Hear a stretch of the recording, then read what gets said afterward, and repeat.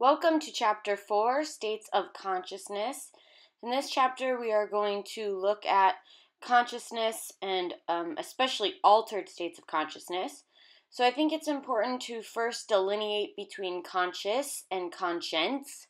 So conscience, spelled conscience, is the inner voice that tells you right from wrong, so your Jiminy Cricket.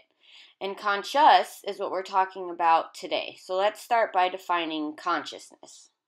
Consciousness is defined as your awareness of everything that is going on around you, inside your own head at any given moment, which you use to organize your behavior.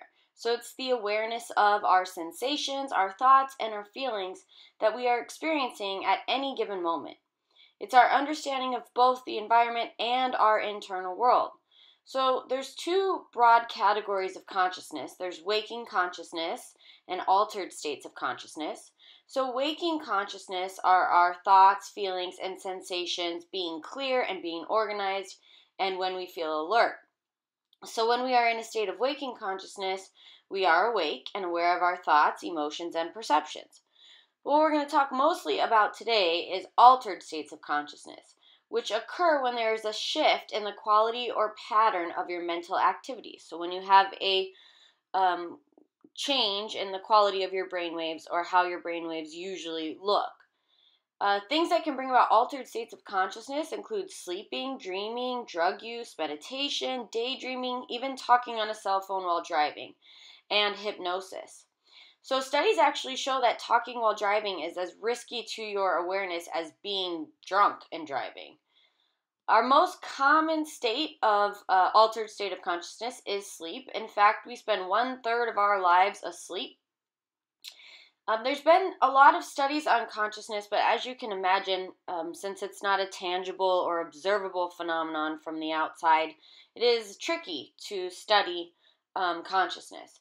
But one scientific study looked at the brainwave patterns in sleeping and hypnosis, and we're able to see the differences that happen in comparison to our waking state of consciousness, which allows us to know that something really is going on when we are in a state of hypnosis that's somewhat similar to what's going on when we're sleeping. And we're able to see through scientific study, especially behavioral neuroscience, how hormones in the brain interact with chemicals from drugs, alcohol, etc. So let's go ahead and watch a video on what consciousness is. Hey, Vsauce Michael here, and a hemispherectomy is a surgical procedure in which half of a person's brain is removed. It's usually only ever done on very, very young patients because their brains are still plastic enough that the remaining half will take on the functions of the half that was removed. And it's usually done because a young child or a baby is having seizures, and removing the part where the seizures occur is the only solution. But here's my question. If you can live with half a brain, what if I were to take two empty skulls and take one half of your brain and plop it into one body, and the other half and put it in another body? Which person would be you? I mean, you are you. You are conscious. You are aware of what is happening to you from the perspective of yourself. Like, think of it this way. If you just stare at something and kind of feel what it feels like to be you, it feels a little bit like you're a thing inside a body looking out through the eyeballs, and nobody else on earth will ever see the world from that position. This awareness of your own experiences, the awareness that you are having them, the awareness that you are having your own thoughts, makes up what we call consciousness. But if I were to take your brain and split it into two and put it into two different people, would both of them be new people who were conscious? Well, one of the best places to start when defining consciousness and understanding it is to begin with things that we agree are not conscious. For instance, Cleverbot. Cleverbot.com is an amazing website where a computer program will respond to your questions really cleverly, but only because it is programmed to do so.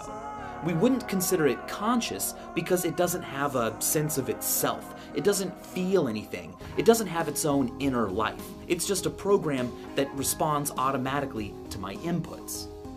Now, I know that I am not like Cleverbot. I know that I feel things and that I have a sense of myself. I have intentions. But how do I know that you do? For that matter, how do I know that everybody else that I meet is like me? How do I know that they're not just little smart versions of Cleverbot who know exactly what to automatically say? Now, what I'm asking is incredibly philosophical, but it is a very famous and important question. I'm basically asking if it's possible for something to exist as a philosophical zombie. That's right, a thing that reacts and responds and acts just like a normal human, but yet doesn't actually feel anything. It doesn't know that it's having its own thoughts. It just automatically responds like a robot in the appropriate way. Now, what's amazing and heavy about this question is that science doesn't have an answer. And it's not even clear that science will ever have an answer, let alone an approach to finding that answer. About all we have is the psychology of disorders of consciousness. Let's begin with anosognosia. A common example of anosognosia in psychology classes is a patient who has, say, lost the ability to move their left hand. When asked to raise their right hand, they'll say, yeah, no problem, here you go. But then when asked to raise their left hand, they'll say, okay, yeah, sure, no problem, but not move it. And when asked why they didn't move their left hand, instead of reporting that they can't, they'll confabulate some excuse. For instance, oh, I didn't feel like it. Anton Babinski syndrome is even more dramatic. Patients with this syndrome are cortically blind. They cannot see anything, but they deny being blind. If you ask them a question, for instance, how many fingers am I holding up? They will make a guess, but if they're wrong, they'll explain their inaccuracy with an excuse. For instance, oh, well, I don't have my glasses. People who exhibit anosognosia tend to be the victims of stroke, and there's some disconnect between what they're really experiencing and their conscious awareness of it. They don't know that they can't see because the part of their brain that monitors visual input isn't telling the brain anything. It's not even telling the brain that there is no visual input, which means that the parts of their brain responsible for answering questions or creating speech has to completely create a confabulated response. Despite the fact that we've been able to study patients with anosognosia, we still have no idea how to solve our original problem. In fact, all we've managed to come up with are more impossible questions about identity. Questions that are so befuddling, the best you can do with them is to answer them yourself according to what you believe. Here's another one. It's called the Swamp Man. Imagine that I'm walking around in a swamp and then all of a sudden I get struck by a bolt of lightning and my entire body is burned to a crisp, dissolved into smithereens. But at the very same moment, a second bolt of lightning strikes nearby, and it causes a bunch of atoms and molecules to all arrange themselves into the exact same configuration that my body used to have, making a second Michael? Is that me? Would that be me? And here's an even better one. Imagine that a surgeon came in and he started removing cells from me and from you, replacing them exactly one at a time. Replacing my cells into your body and your cells into my body. At what point would I officially have become you? No one on earth has the definitive answers to these questions, but you know what we do have? A lean back. That's right. I've made a playlist of some of my favorite clips from all over YouTube of psychology experiments and illusions and all sorts of fun stuff that deal with consciousness. All you have to do is click the link at the top of this video's description and then lean back and let the automatic playlist do the work for you. I'll see you over there, and as always, thanks for watching.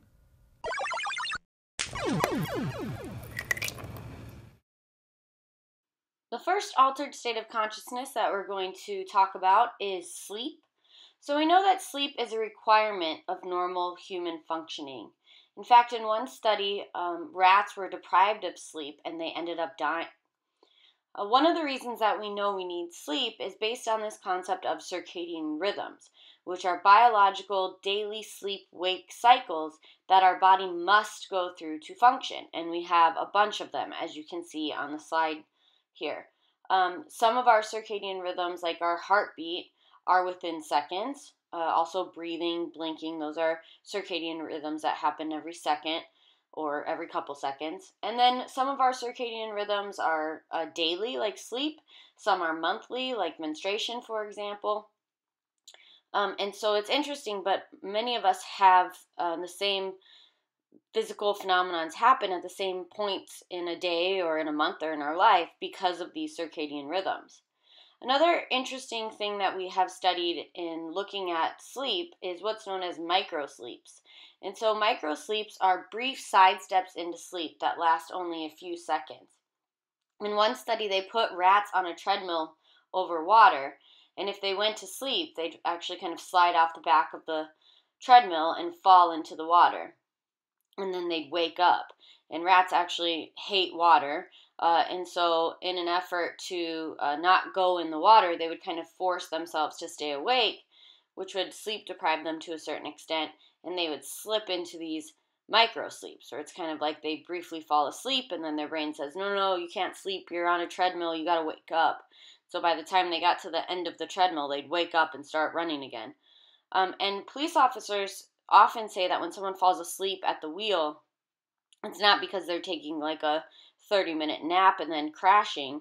It's the crash is due to these little micro sleeps. So we know that we need sleep, but why do we need sleep? Well, the leading theory on why we need sleep is the restorative theory of sleep. So obviously we need sleep to conserve energy for the day.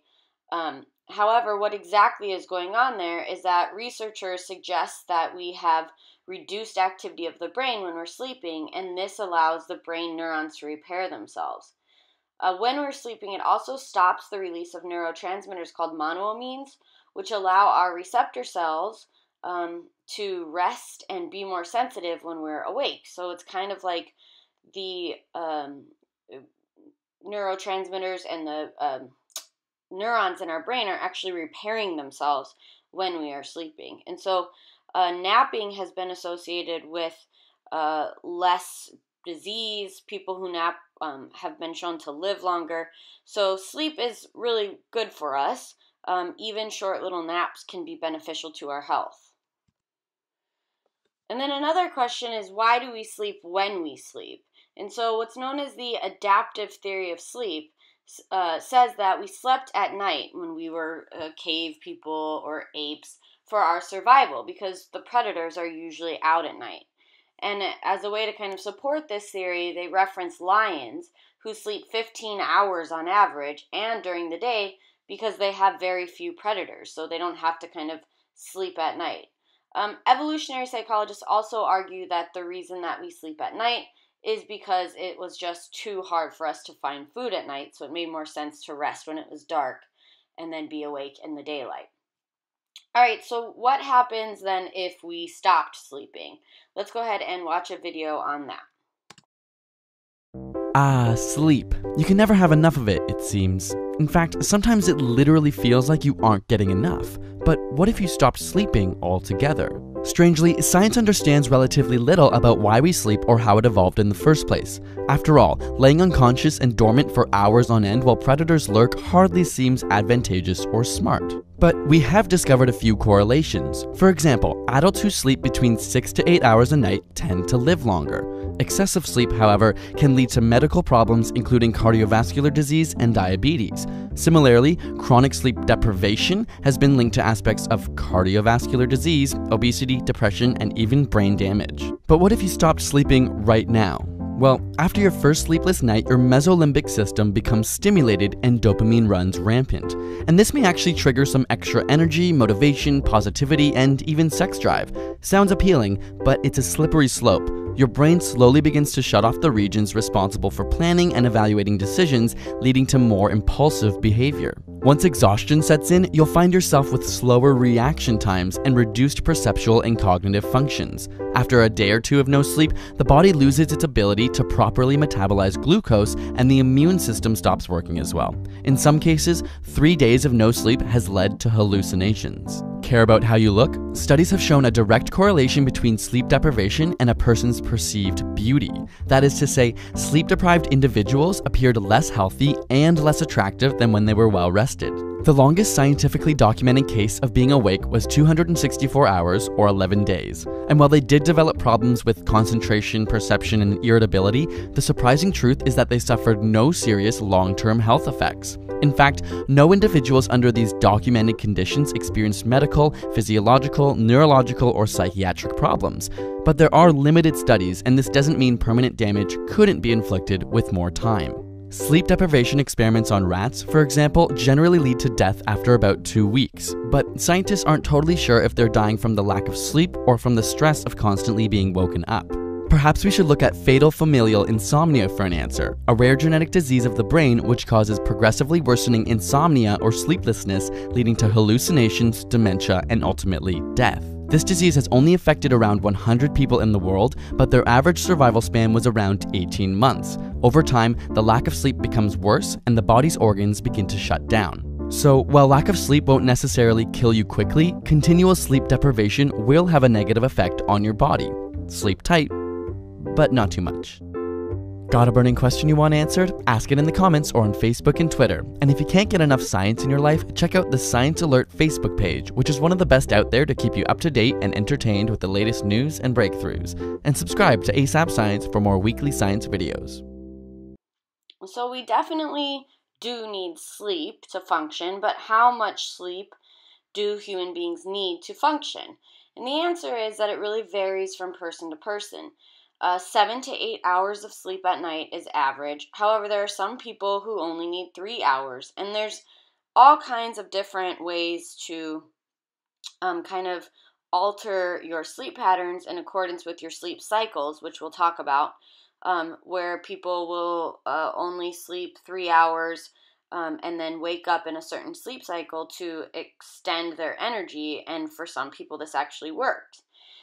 We know that as people get older, they need less sleep, and we definitely sleep as a species less than we did 100 years ago. So if we don't sleep because we're up all night studying, or we just feel like we have to clean our house or whatever, we can go into what's known as sleep deprivation.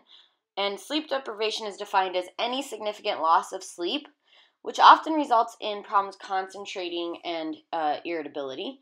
However, if we have prolonged sleep deprivation, it's possible to even enter a state of psychosis, where you start hearing and seeing things that aren't actually existing in reality. And to illustrate what can happen when sleep deprivation goes on for too long, we're going to watch a documentary about a disc jockey in New York City who tried to deprive himself of sleep in an effort to raise money for the March of Dimes. And when he decided to do this, psychologists thought that they would monitor him and then record the results and their observations. And so let's see what happened to the DJ in New York who sleep deprived himself, Peter Tripp.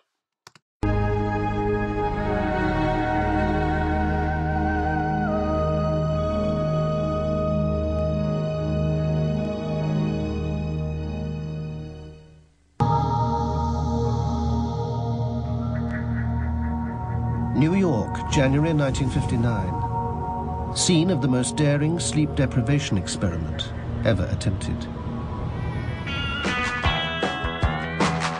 Disc jockey Peter Tripp decided to raise money for charity by staying awake for 200 hours, 8 days and nights. If successful, it was to be the longest period of uninterrupted wakefulness ever recorded. I don't think anyone thought Peter Tripp was going to stay awake more than 2 or 3 days. Have you ever tried to stay awake before an exam for one night? It kills you. Well, 8 days is impossible. Oh, pardon me.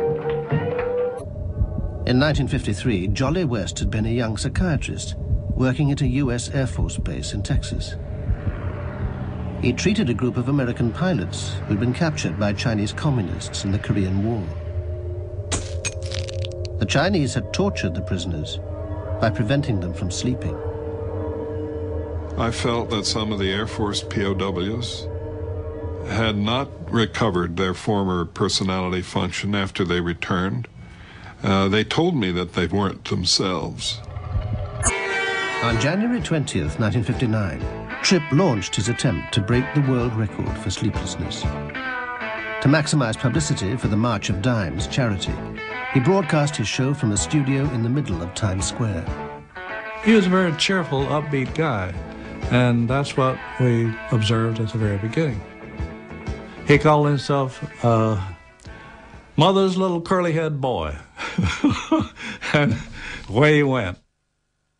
He would spin his records not 4 hours a day, but 24 hours a day, and he would chatter and answer his phone calls and do the whole disc jockey's shtick.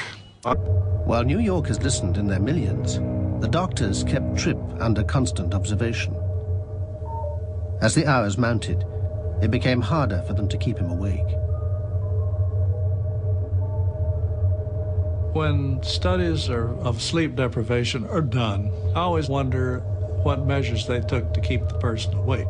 Because when we studied Peter Tripp, that was our objective, to make absolutely certain that he stayed awake, and we did. I had the graveyard shift. From midnight till 8 o'clock in the morning, I had my eyes focused on that guy, because after 2 or 3 days, you can imagine he wanted to play games, you know. He'd want me to look out the window at something while he'd catnap a few seconds. We never did do that. We wouldn't let him do this. He would say, now I'll just go to the bathroom a few minutes, and it'll be on. We said, oh, we're going to go to the bathroom with you. Oh, he was mad and incensed, but finally we said, look, if you got the bathroom to sit down, you're going to go to sleep, don't you know? The whole experiment's over. Oh, he said, okay. So as inconvenient and as awkward as it was, we were with this man constantly. By the third day, Tripp's behavior had begun to change. He was abusing everyone around him, even his barber, who he'd known for years. Peter began cursing the barber, really being terrible to him and insulting him, and the barber cried. He didn't understand this. He began crying when Peter cursed him. His mean body temperature progressively declined over this period of time, and the lower it went, the crazier he got. Tripp had begun to see things that weren't there. He mistook one of the doctors for an undertaker who'd come to bury him. He ran into the street, terrified. At first, the medical team were puzzled by the hallucinations, but then they made a surprising discovery. When we sleep, we enter a period of REM sleep every 90 minutes. It's during this stage that we dream. Tripp's brainwaves showed that although he was awake, the hallucinations were shadowing the 90-minute cycle of dream sleep. There was a 90-minute cycle of relative confusion and relative clarity that would ebb and flow. During the time that he would, if he were sleeping, have had REM sleep, those were the times he was most likely to hallucinate.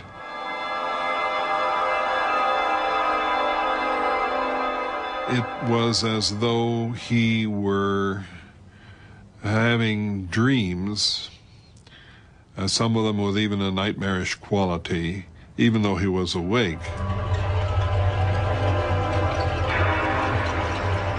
He began seeing spiders in his shoes, and he talked about them, was fearful of this. He actually could see these spiders in his shoes. He'd take off his shoes and look inside them and say, those are spiders. See those spiders in there? If you're seeing and hearing things that aren't there while you're awake, you're mad. If you're asleep, you're normal and having a dream. So it's the question of whether you're awake or asleep that makes the difference. And in his case, since he wasn't allowed to sleep, it's as though his normal dreaming pattern began to show itself. As the 200-hour goal approached, West and Cornelison became increasingly concerned. On the very last night, he was so far out of it that we were hard-pressed to keep from calling an end to the whole thing. But by that time, we were ourselves pulling for him to make it to the end. And we thought that, hey, we're psychiatrists and physicians. We'll keep this guy going and on his feet, even though he's crazy as a loon. After staying awake for 201 hours, Tripp finally went to bed and slept for 24. When he awoke, the delusions had gone. At first, he felt that he was unaffected, that he was back to normal, perfectly normal again. But his wife didn't think so. And in fact, their marriage started to go bad after that, and they ended up getting divorced. The man I saw the first morning that he began this, when he was waving at everybody through the glass windows and smiling and laughing and joking with us, after the 200 hours had become a changed individual. So the brain is actually very active during sleep. It sends electrical discharges. We see physical activity in the muscle and eye movements. So what happens is we go through several stages in a night, and they're broken into two categories. We have what's called non-REM, which is stages 1 through 4, and then we have what's known as REM, which is a stage kind of on its own because some interesting things happen in REM, which we'll talk about when we get to the next slide. So the typical sleeper passes through all 4 stages of sleep and REM several times, on average between 4 and 5 times. And each cycle lasts about 90 minutes. So here we're just going to focus on non-REM stages 1 through 4. And non-REM is a deeper, more restful kind of sleep than REM sleep. And so we have our awake stage, and if you look at the slide on the brain waves, you can see that the brain waves that are very tight together indicate more activity, and then the brain waves that are further apart indicate less activity in the brain waves. So as you can see, as the brain waves slow, we just kind of get into a deeper and deeper level of sleep. So we'll start with stage 1, and this is really when we're transitioning between wake and sleep. It's relatively rapid. That stage really only lasts for a few minutes, 5 to 10 on average. Some interesting things that go on in stage 1 is what's known as hypnagogic images. So we will see images as if we were viewing photos, but we're not really dreaming. And so the function of these images is to kind of hypnotize us to sleep. Sometimes you might be consciously aware of them, sometimes you might not. You also might not have them every time you enter into stage 1 sleep.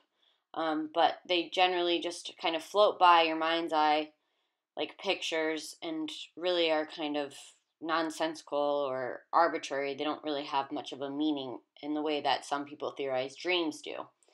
Another thing that happens in stage 1 sleep is what's known as the hypnic jerk. So the hypnic jerk is the relaxation of the muscles as one drifts into sleep, which causes a falling sensation. And so you might find yourself kind of jerking out of bed after picturing yourself falling or feeling like you're falling.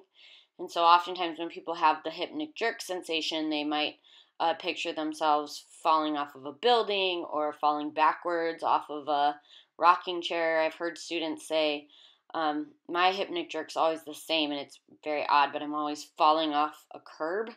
And it's terrifying, but the curb's only like a foot off the ground, so I don't know why it's so scary. Maybe because I'm only 4'11", so I'm very short. I don't know. But yeah, we all have this falling sensation called the hypnic jerk that occurs in stage 1. So then there is stage 2 sleep, which is a deeper stage or a deeper sleep than stage 1. It's slower, and we see a more regular wave pattern or more consistent. And so stage 2 sleep makes up half of the sleep in a night for people in their early 20s. And as a person slips into stage 2 sleep, it gets harder to wake them up. Also, something that we see in stage 2 sleep is what's known as sleep spindles. And these are brief bursts of activity lasting only a second or two. And so we just see this activity in the brainwave However, it's not really clear what goes on in the sleeper's mind during these sleep spindles, but it is one way that we can identify when someone is in stage 2. So if you're sleeping next to someone and they're kind of doing that thing where they're jerking, you know that they're in stage 1. It's kind of difficult to identify stage 2, other than it gets harder for you to wake that person up. And then we have stage 3, which is where we have very slow brain waves, so we see greater peaks and valleys in the wave pattern. And then finally stage 4, which is the deepest stage of sleep, where we are at our least responsive to the outside world. So here it's very, very difficult to wake someone up. Generally, for all humans, when we fall asleep in the first half of our night, we spend most of our time in stages 3 and 4 because we kind of need that deep sleep for our cells to repair themselves. And then towards the end of the night, we start spending more time in stages 1 and 2. So that 90-minute cycle gets divvied up differently all throughout the night. In the beginning of the night, we're spending the majority of a 90-minute cycle in stages 3 and 4. And later on in the night, we're spending the majority of our stages, our sleep in stages 1 and 2. And then, as you've been seeing on the video, there are ways to alter your sleep cycles or mess with your sleep cycles so that you can wake up in a more active stage of sleep, so that you feel more alert and awake when you wake up versus waking up in like a stage 4 sleep when you're deep in sleep. So if you wake up from stage 4, you're going to feel groggier. It's going to take you a longer amount of time to wake up.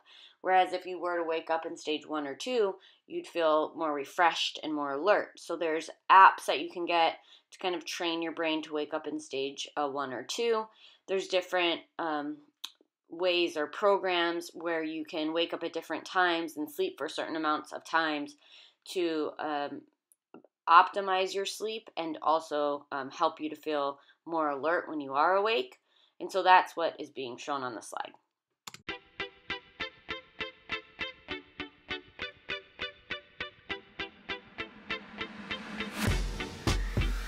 Keep on moving till the first days are done. Keeping it on till the day stays strong. Rolling till the nighttime blazes on. All along I keep singing my song. I say this phase is always. Sometimes I get so crazed, but just know that I'll always stay. Cause you're my light through the haze. It's time for a champion. Soothe the soul of the land. Mend the heart from the sea and sand till the sun comes up again. Time for a champion. Soothe the soul of the land. Mend the heart from the sea and sand till the sun comes up again. Reach for the sky. Keep your eye on the prize. Forever in my mind. Be my golden sunshine. It's raining in your mind. So push them clouds aside. Forever by my side. You're my golden sunshine.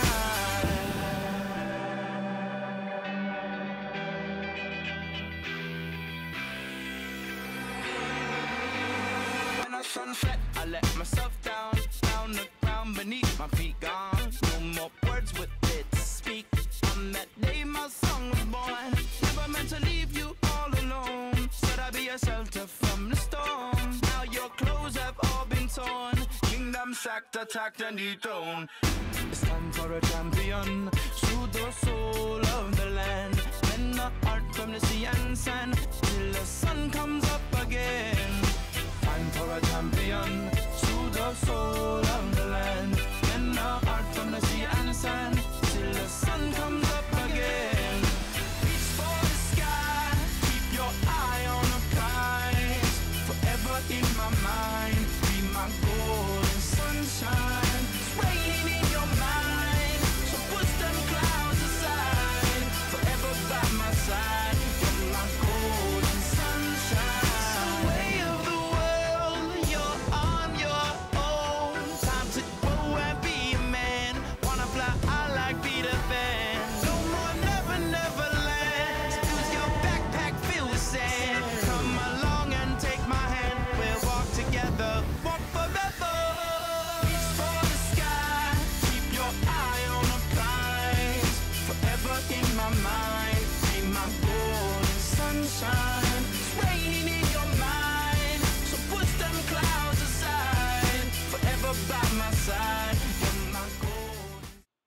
Okay, so let's talk about REM sleep. So REM sleep is a very active sleep. And during REM sleep, which is called REM sleep because it stands for rapid eye movement, we actually do see the eyes moving back and forth rapidly under the eyelids as if the person is watching an action movie. Their heart rate, blood pressure, and breathing also increases, and erections occur during REM sleep even in infants. One of the components of REM sleep is what's known as REM paralysis. And REM paralysis is the inability of voluntary muscles to move during REM sleep. So some of us might have had that experience where we actually wake up before we've come completely out of REM sleep and we experience that REM paralysis and you can't move for a few seconds, which feels like a lifetime, and it's incredibly terrifying. And there's also a lot of phenomenon that happen with REM paralysis where cultures try to explain what's going on in REM paralysis because of these phenomena. There's a old woman that people will hallucinate sometimes when they are in REM paralysis and kind of are awake, or shadows, or a loud door slamming sound is often heard when people are in this REM paralysis. And so throughout time, people have tried to explain this phenomenon, which actually when you wake up from REM sleep and you're still in that paralyzed state, it's known as sleep paralysis. So people have tried to explain sleep paralysis from everything from being possessed to having a demon sit on your chest, to being insane, to a bunch of other explanations. But really it's just that the neural mechanism in your brain didn't turn off the paralysis in time, so when you woke up you were still experiencing it. And it is necessary for us to be paralyzed during REM sleep because it prevents us from acting out our dreams. And actually it is in REM sleep when we do in fact dream. So everyone has dreams, however not everyone remembers them, and this could be due to just the time in which you wake up. So if you wake up in stage 3, it could have been a long time since you last were in REM sleep, or stage 2, it could have been a long time since you last had your dream. So REM sleep occurs about 20% of the time that we are asleep. Unless a person has had an emotionally stressful day, then we see that they spend a larger percentage of their sleep cycles in REM sleep.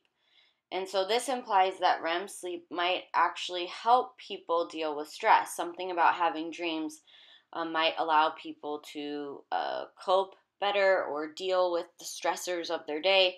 And so the brain knows this and allows us to dream longer when we've had a stressful or highly emotional day. There's also what's known as REM rebound. So if one day a person doesn't get enough REM sleep, the next time they go to sleep, they will make up for their loss in REM sleep. And so they would spend more than the normal 20% of their sleep in REM. So if they had no REM the night before, very little REM the night before, the next night they sleep, instead of only 20% in REM sleep, they might spend 50% of their sleep cycles in REM sleep. There's also a phenomenon known as lucid dreaming, which is the ability to control your dreams while you are in a dream. It's said that 1 in 8 people will have a lucid dream at some point in their life. Some common themes in lucid dreaming are having superpowers. So flying is very common, and being able to control the flying.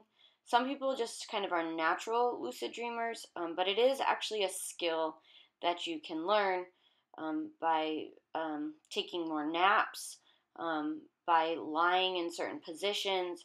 There are certain foods that you can eat. So if you're interested in learning how to lucid dream, there are lots of resources available, books, this infograph. You can even Google it to get more information on how to lucid dream. There are several different sleep disturbances or sleep disorders, the first of which is REM behavior disorder. So REM behavior disorder is when the mechanism in your brain that normally blocks the movement of voluntary muscles fails, allowing the person to actually move during their nightmares. So that brain mechanism that turns on the REM paralysis when we're dreaming doesn't do its job, and you're not paralyzed, so you are able to actually act out your dreams. And this has led to several incidents of murder while sleepwalking cases. So what I'd like for you to do now is pause the video, head on over to Moodle, complete lecture activity number 1 to learn more about REM behavior disorder, and then once you've done that, come back to this point in the lecture. All right, welcome back. So insomnia is a temporary problem, sleeping due to stress, emotional problems, and there are some other things that can cause insomnia, but primarily stress. If it goes on for a long amount of time, then we don't actually know what is causing the insomnia. There's some theories that have to do with the neurology not working properly, certainly in the pons, of course, but we don't know for sure what makes someone more prone to insomnia than someone else. There's also a lot of theories that center around the idea insomnia is genetic. We do know that insomnia affects as many as 1/3 of Americans at some point in their lives. So let's go ahead and watch a video on insomnia. The next sleep disturbance we're going to discuss is sleep apnea. And this is difficulty breathing while sleeping, which causes a person to wake up several times throughout the night, but they may not actually realize they woke up. And so the next day they're very tired, and they have no idea why they're so tired if they've just slept 8 hours or 10 hours or however long. We do know that about 20 million people suffer from sleep apnea, and actually in sleep studies where they have people come spend the night in a sleep lab that are having some sleep troubles and they're really tired after sleeping and they're not sure why, oftentimes what they'll find is that there are some people that are waking up to 500 times in a night with no recollection of it, and this is due to their sleep apnea. And so if you've ever known anyone with sleep apnea, there are machines that can help them to breathe better while they're sleeping, but it is a fairly dangerous disorder that can potentially even lead to death if the person stops breathing for too long. Generally, people that are loud snorers and have weight issues tend to be correlated with sleep apnea. And then there are night terrors, which are awakenings that are accompanied by a fear, panic, and strong physical arousal from a sleep state. This occurs most frequently in children between the ages of 3 and 8 years old. Most people generally grow out of night terrors after 8 years old. And what's interesting is that while dreams usually occur in REM sleep, night terrors are actually occurring in stage 4 when the brain activity is so low that we're not really able to even conjure up a dream. So there's lots of theories on what might be causing us to have night terrors as children when we're in a stage and we're not even dreaming. The one that I think is the most interesting is one that says since our brains are fairly new, being that we're children, sometimes when the brain waves slow that much in stage 4, perhaps it kind of sends us into a fight or flight mode or a panic, and this creates that night terror, which our brain then tries to kind of apply meaning to and will have us feel as though as if we were in a nightmare or just coming out of a really scary dream. So when someone's having a night terror, they may sit up suddenly from their sleep state, run around, flail their arms, and so this is all possible because they are not in REM sleep, so they are not experiencing that REM paralysis. So a close cousin of night terrors, but different, is the phenomenon of sleepwalking or parasomnias and sleep talking. And so it's often thought that when people are sleepwalking and sleep talking, they have no awareness of the things around them. But actually, we find that usually people do actually have a vague consciousness about what is going on around them, which is why they're able to walk around a room without bumping into things. Just like night terrors, sleepwalking and talking is more common in children, and just like night terrors, it also happens in stage 4.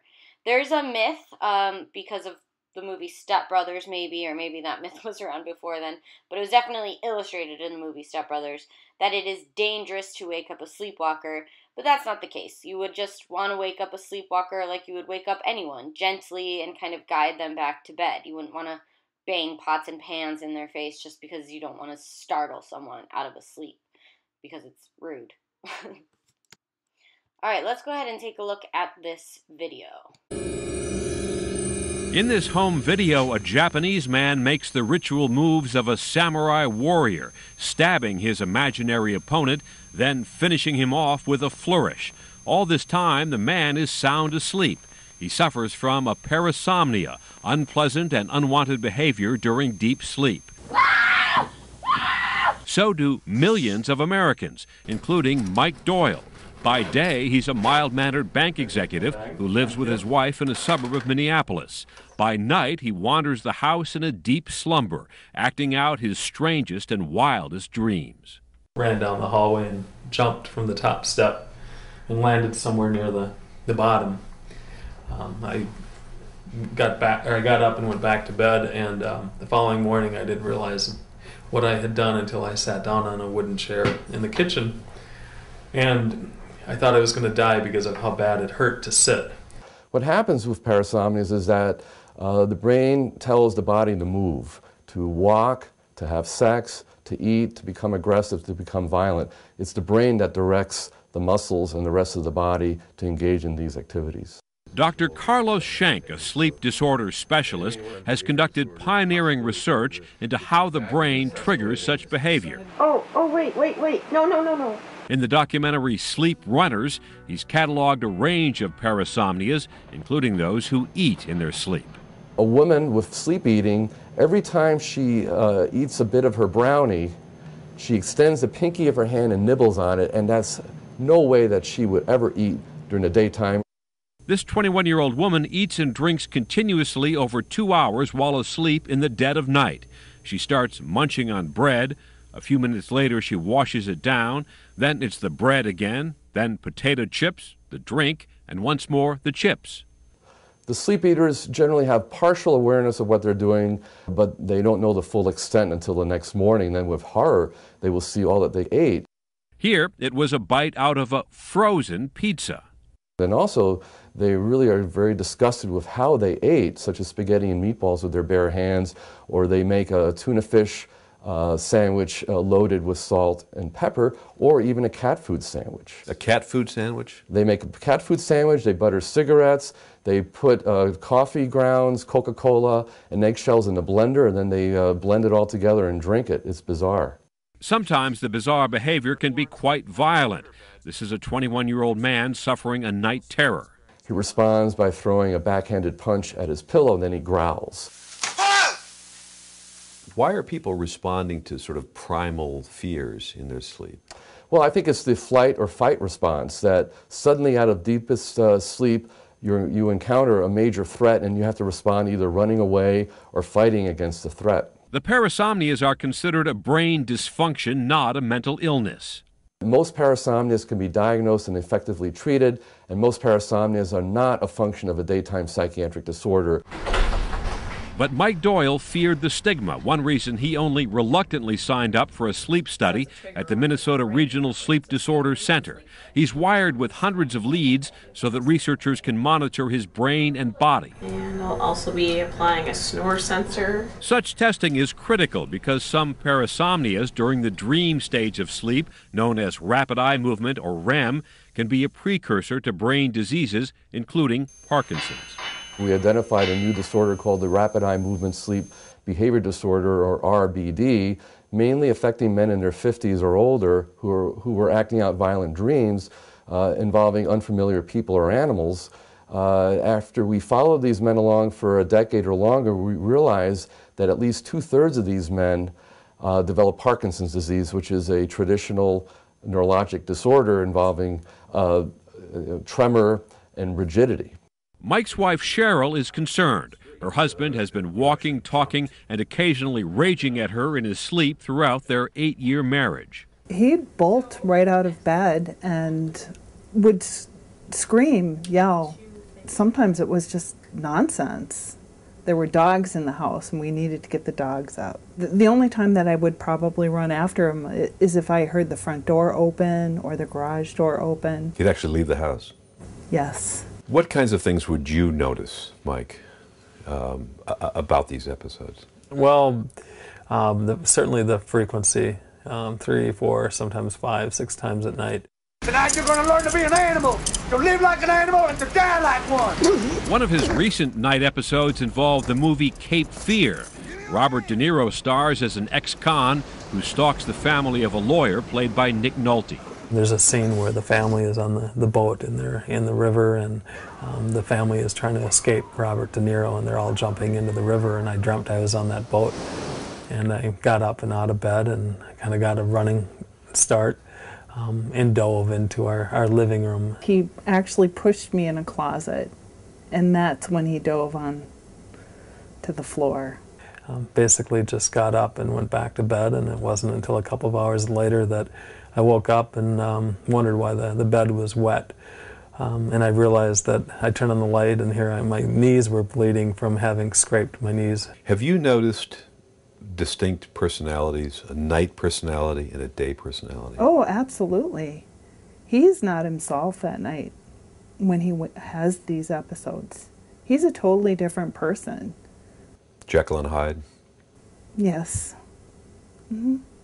Sleep disorders have increasingly served as legal defenses in violent crimes, with mixed results. 2 years ago, this Canadian man was acquitted of rape after claiming he was asleep when he forced himself on a woman after a party. The two had been napping on a sofa. The defense called it sex-somnia.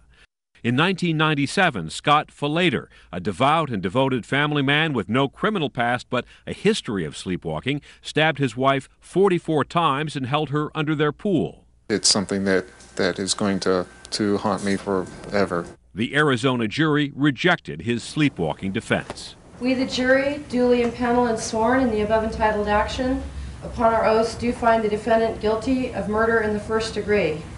Do you think someone can be innocent of murder because they have a sleep disorder?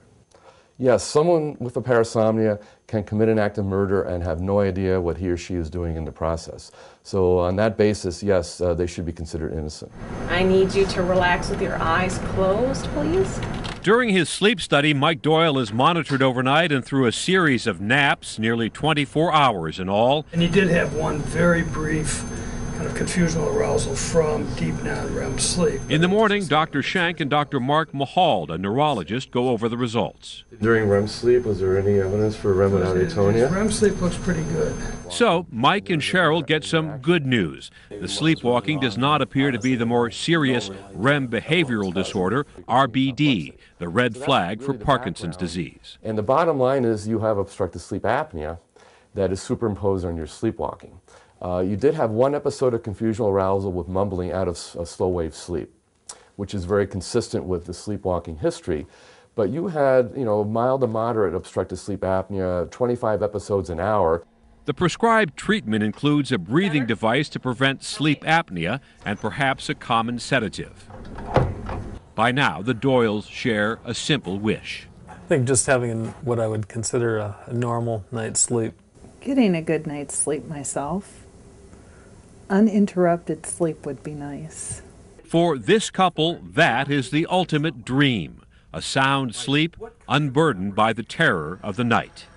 I'm Chris Bury for Nightline in Minneapolis. Okay, and the last sleep disturbance we're going to talk about is narcolepsy, which is uncontrollable sleeping in short periods. So a person with narcolepsy goes from being awake directly into REM sleep, and they might have this experience several times throughout the day. Another thing that accompanies narcolepsy is cataplexy, which is the loss of muscle tone. And what brings on episodes of narcolepsy and cataplexy is often strong emotions. So a person might feel happy or incredibly angry and then go into one of these narcoleptic episodes. And generally the narcoleptic episodes are just a few minutes, so when they're asleep, they might fall asleep for a couple minutes up to, several hours. But most of the time they're just very short sleeping sessions, so to speak. But all of these little sleeps throughout the day prevent them from being able to go through an 8-hour night of sleep and do the regular sleep cycles, going through non-REM stages and REM stages. And so it really kind of leaves narcoleptics feeling kind of drowsy or out of it at times, and they might even have what's known as automatic behavior, where it's kind of like they're moving around and doing things while in a dream state, although they are awake, and they might even do things that they don't recall doing. So let's go ahead and watch this video on narcolepsy.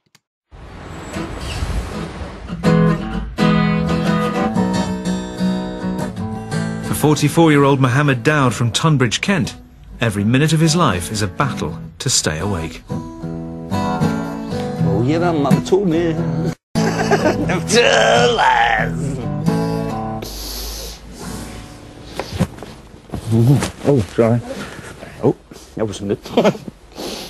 Before I actually got my diagnosis, I was everything from a lazy bum to a difficult person, personality, all them sort of things, and I felt guilty.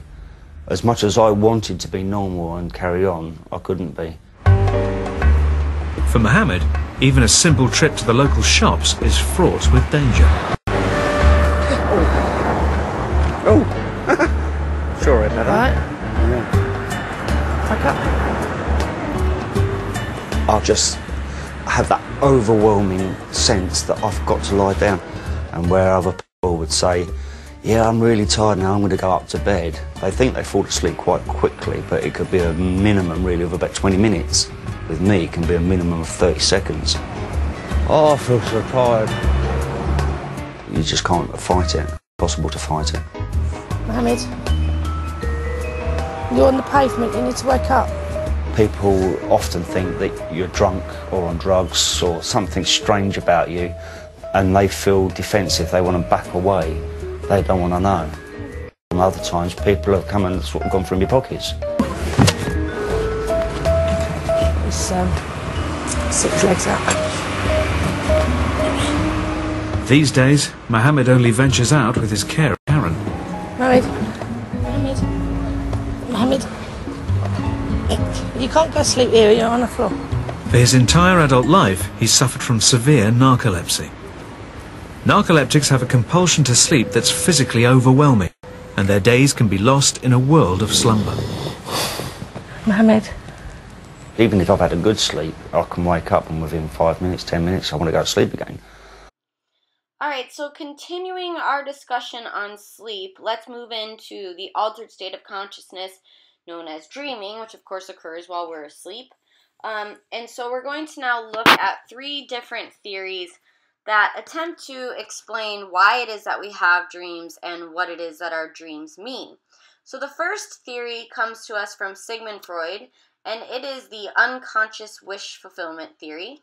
And Freud said that our dreams represent unconscious wishes that the dreamer desires to see fulfilled.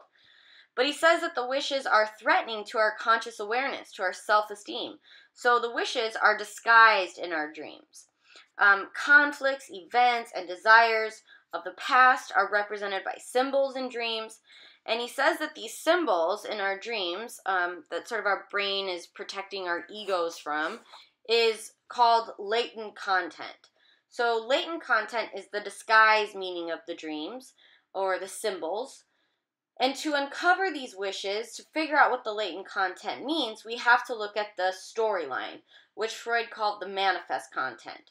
So the manifest content is the apparent storyline of a dream where we can figure out what the symbols mean. So, for example, Freud said that flying is a symbol for sexual intercourse.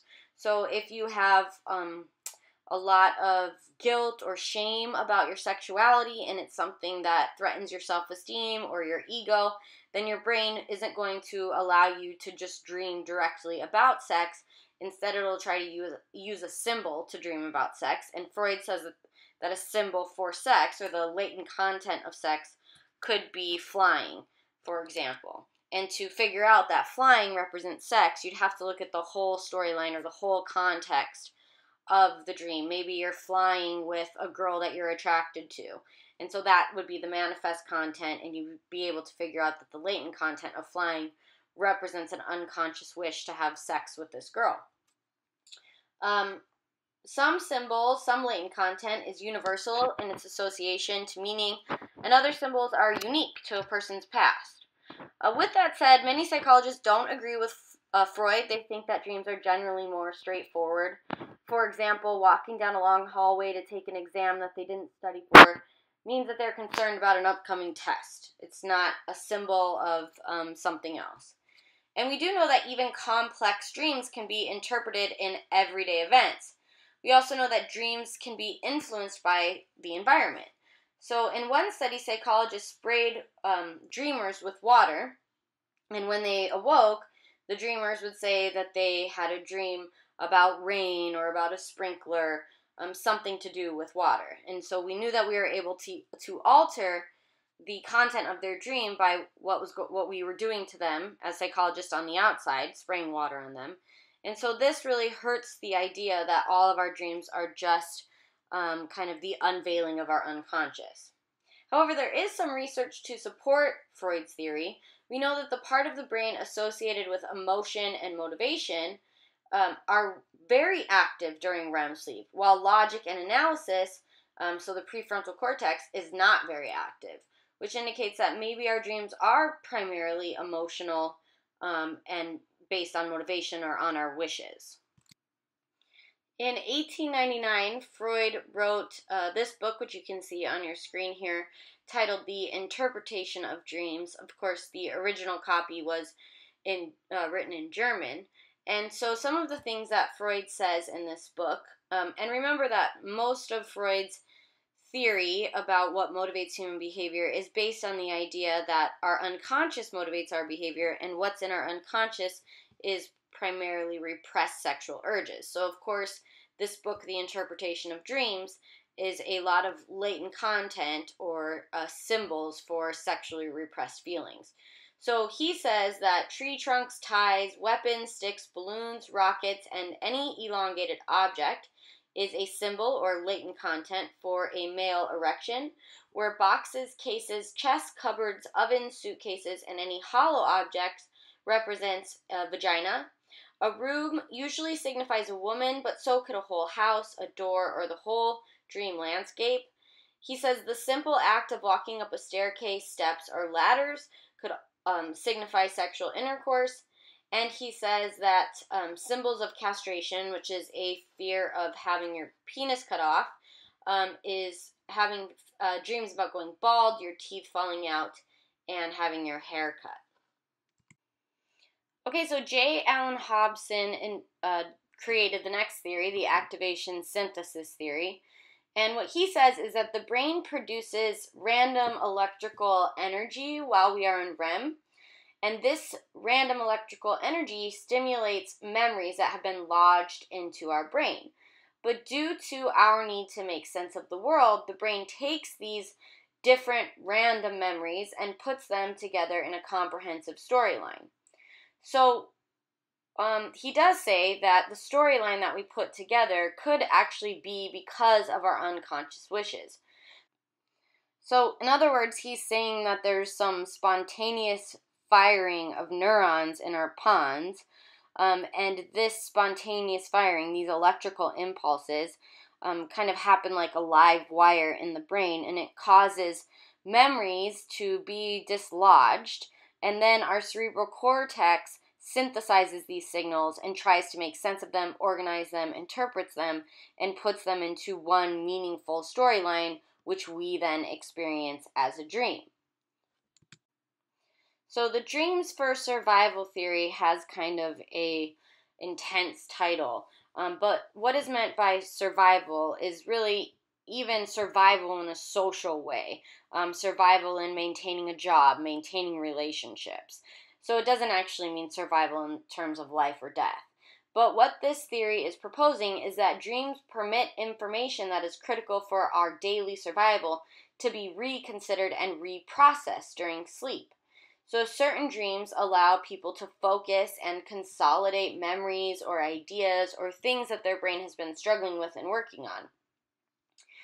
This theory says that dreams represent concerns about our daily lives. They illustrate our ideas, our uncertainties, our wants.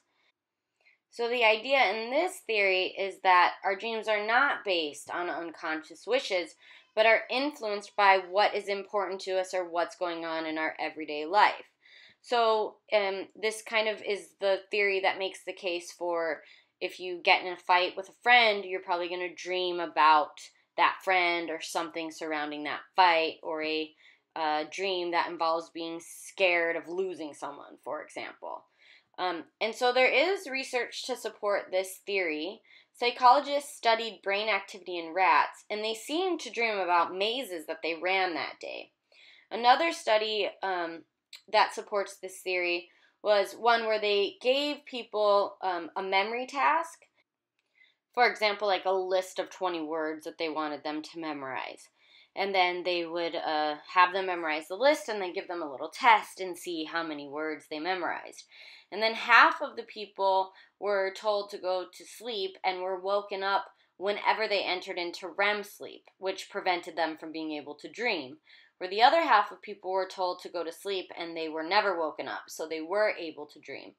And what researchers found is that the people that were not allowed to dream did significantly worse when they took the memory task the next day, or did the memory test the next day, than the people that were allowed to dream.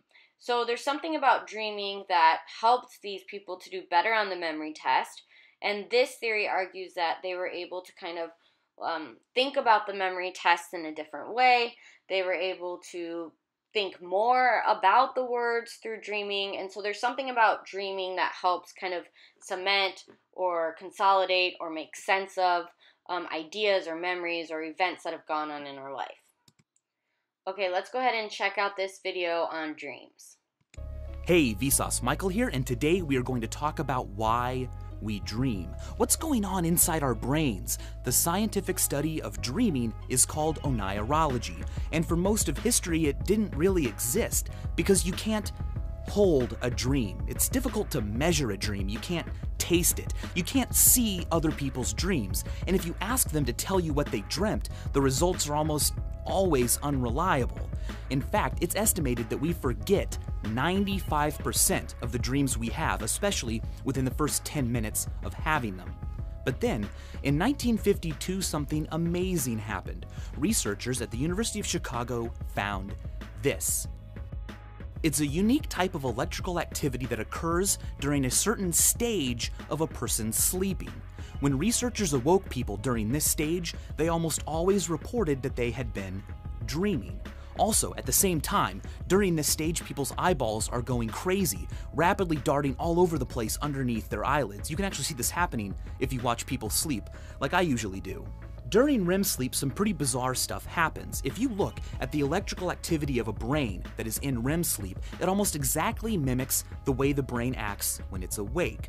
The biggest difference being that the production of chemicals inside the brain, like norepinephrine, serotonin, and histamine, is almost completely blocked. And that causes the muscles to stop moving, which is why you can dream about flying or running around or fighting ninjas, but your body doesn't move. People who have a disorder achieving complete REM atopia move around in their sleep and act out their dreams. They can even get out of bed and sleepwalk. Oh, before we move forward, I should say two things. One is that it's possible to wake up and not be able to move your body because you're still in REM atopia. You're completely conscious and you know that you're awake, but your body is not ready to move. On the flip side, you can also be inside a dream and know that you're dreaming. This phenomenon is known as lucid dreaming, and it's particularly attractive because while I'm in a lucid dream, I can make conscious decisions about what I do. I can go fly to wherever I want, or I can have a tea party with Abraham Lincoln. I'm in control, but achieving a lucid dream is quite elusive. Howcast has a great video, which I've put in the description, that gives some tips and tricks on how to achieve one. Researchers were able to deprive mice of REM sleep by using this. Inverted inside a tub of water, way up to the tippy top, meaning that the mouse was only able to sit right on top of this little tiny surface. When that happens, the mouse can still fall into non-REM sleep, but as soon as they reach REM sleep and their muscles relax, they fall off the platform into the water, waking up. What they found was that when mice are not allowed to achieve REM sleep, they have an incredible amount of trouble remembering things. This happens in humans too. If you have people remember word pairs and then you don't allow them to sleep, the next day their memory for that stuff is incredibly terrible. But memory and REM does not stop there. If a person learns a difficult new task during the day, say a new instrument or a new type of difficult puzzle, you can measure the electrical activity in their brain while they do that. And then, while they sleep that night, whether they know it or not, their brain replays those electronic impulses. Many popular theories about why we dream are variations on the idea that while we sleep, the unconscious part of our brain is busy organizing memories and strengthening connections from the day before that we need in the future, while getting rid of the junk that would otherwise clog the brain. Now, so the theory goes, these electrical impulses are detected by our conscious brain, and our cortex freaks out and doesn't know what it means, and so it tries its best to create a cohesive story, creating a dream. This would explain why dreams are often so fantastic and seemingly random. They're not supposed to make sense. They're not an actual message from our brain. It's just the results of our cortexes trying to synthesize the noise coming from all the work being done back in the unconscious. Under this way of thinking, dreams are an epiphenomenon. They're not a primary process that has a purpose. Instead, they're the accidental result of a more important process going on behind the conscious brain. But some researchers don't believe that. They believe that dreams serve a primary purpose, and that purpose is to prepare us for threats. They think this because the most prevalent emotions felt during dreams are negative, abandonment, anger, and the most common of all, anxiety. The theory goes like this. Back when we were early humans especially, we had no idea what kind of threats we might encounter during the day. And so, to prepare us, our brain would simulate anxieties while we slept to make us better prepared for that feeling in the real world. So people who had terrifying dreams were better at dealing with anxiety in the real world and had stronger genes. Alright, so the theories we discussed today are quite popular, but they don't really enjoy a consensus. Not everyone agrees on them, and they barely scratch the surface of scientific thought about dreams. But that's kind of the cool thing about dreams. Think of it like this. Here is the Eagle Nebula, a giant structure in outer space 6,500 light years away. But despite its distance, we pretty much know what it's made out of. We know that it's 100 trillion kilometers tall. We know what caused it, and we know where it's going to be in 750 million years. But last night, I had dreams, and no one really knows why or for what reason. And that's pretty cool, and that's why, thanks for watching.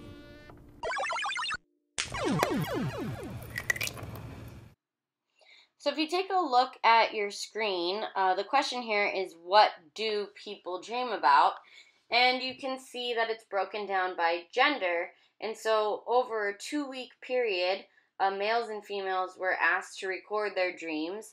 And then, so they wrote all their dreams in a dream journal. And then researchers went through and looked at the theme of these various dreams. And what they found is that over this 2-week period, males dreamt about aggression 47% of the time, where females dreamt about aggression 44% of the time. Sexuality was amongst the lowest, so males reported that they had 12% of their dreams over the 2-week span about sex, females only 4%. Another common one was misfortune, losing a job or a loved one or something like that. And 36% of males dreamt about that, where 33% of females dreamt about that.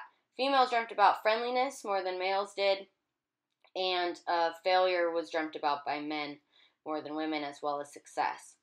So we know that everyone dreams about different things, but there are some common elements, as I just described. What we know about nightmares is that generally people have 24 nightmares per person per year, or one nightmare every 2 weeks, and nightmares tend to be brought on by stress or anxiety. If you have an increase in nightmares, you might be experiencing some stress in your life. We know that we have 150,000 dreams on average by the time we are 70, and most of them are pretty uneventful. Most of them are just about everyday events. In terms of gender differences in dreaming, women tend to dream about people that they know, their personal appearance, family issues, and home issues, whereas men tend to have more male characters in their dreams than female characters. Their dreams usually take place outdoors and involve tools, which could literally mean like a hammer, but it could also mean anything that requires manual dexterity, so a baseball or a glove or something like that. As far as sexual dreams, men tend to have sexual dreams that involve unknown, attractive partners. However, research shows that even when you think that you're dreaming about someone you've never seen, it's probably an amalgamation of a bunch of faces you've seen throughout your life on the periphery, or it could be someone that you saw walking past you in the mall, but you never thought twice about them. However, that person's face kind of snuck into your unconscious mind, and there they are in your dream. Other common dreams include flying, falling, trying to do something and failing, like trying to punch someone and not being able to connect, or trying to run but not moving very quickly, trying to yell and no sound coming out. And then the final common dream is being naked in public.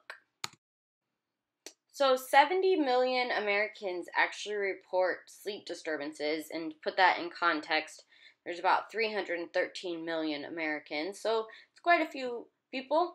And so ways to kind of help you sleep if you have trouble is make sure that you don't exercise within 6 hours before bed. Avoid naps 6 hours before bed.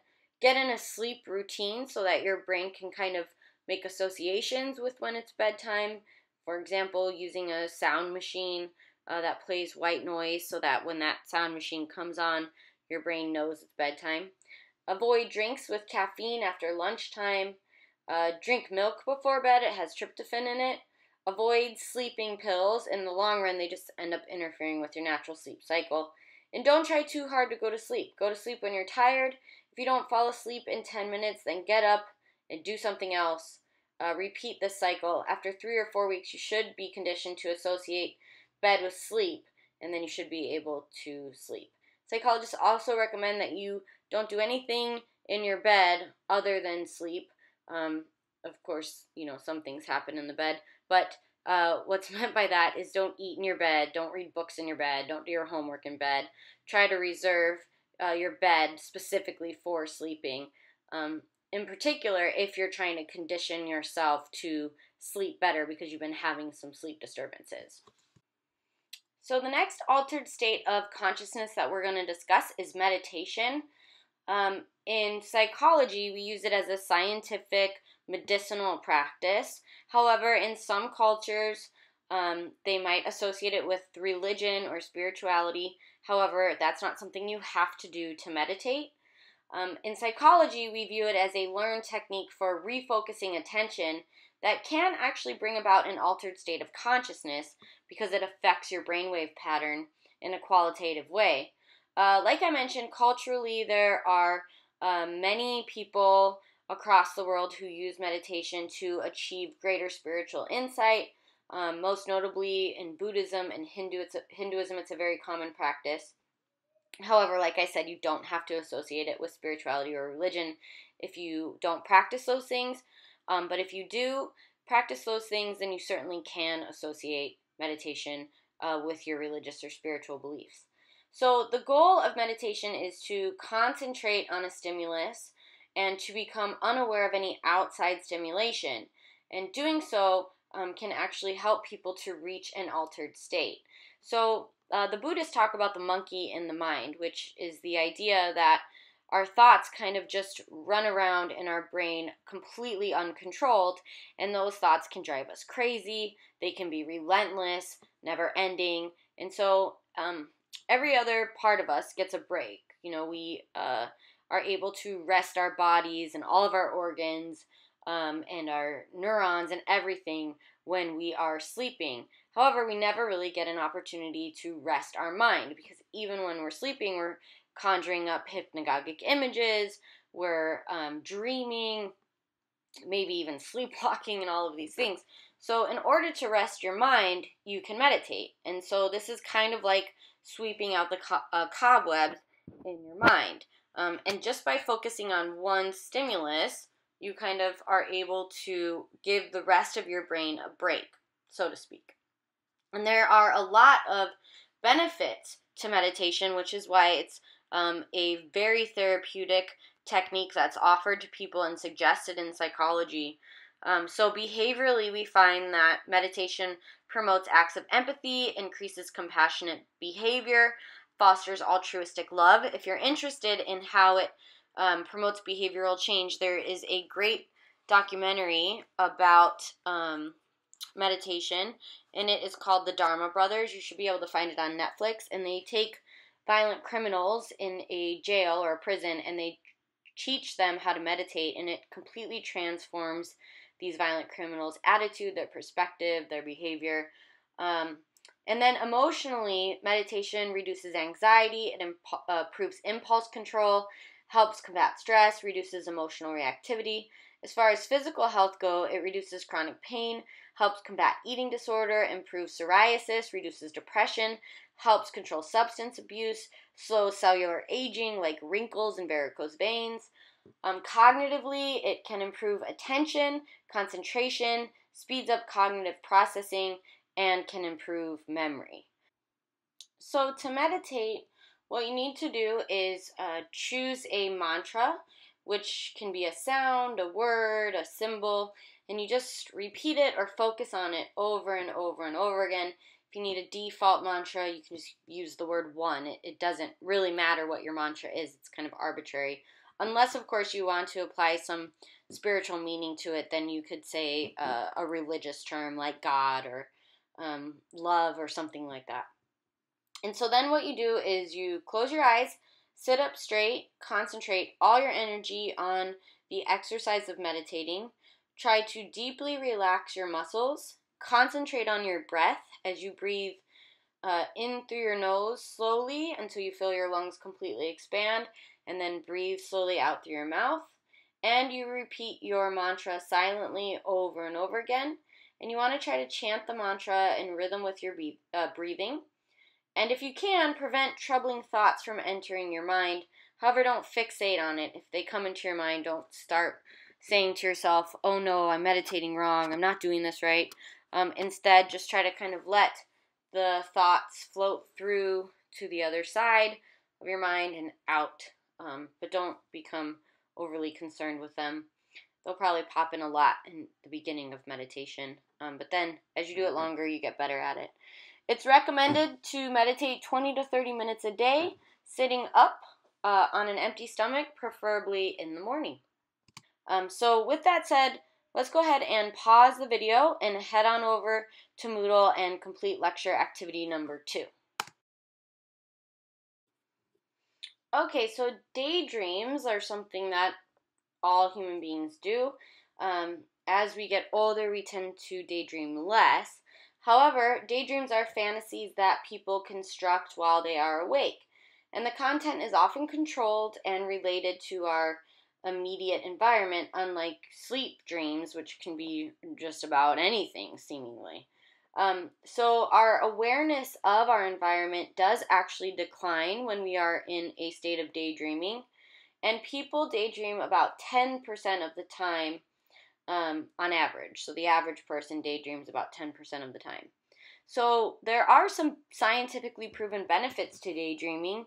People who daydream tend to have more empathy, lower blood pressure, creativity, memory, and daydreaming, just like the dreams for survival theory suggests, can help us to better understand something that we've just learned by consolidating it or organizing it, interpreting it in a different way than we would do in our conscious state. So hypnosis is a trance-like state of heightened susceptibility to the suggestions of others, and we do consider it an altered state of consciousness because of the change in the brainwaves. So when we are in a hypnotic state, our brainwaves actually switch from beta, which is our waking state of consciousness, to alpha brainwaves, which is a little bit slower, and so we are awake but kind of slightly drowsy or less alert and aware of our surroundings. And we experience alpha waves a lot throughout our day-to-day lives. While we're driving, watching movies, reading, mowing the lawn, we can enter into these kind of alpha wave or hypnotic states of consciousness. So research shows that most people can be hypnotized. 15% of the population is very easy to hypnotize. And then it's estimated that somewhere between 50 and 20% of the population can just not be hypnotized at all. But most people, if they're willing to be hypnotized, can in fact be hypnotized.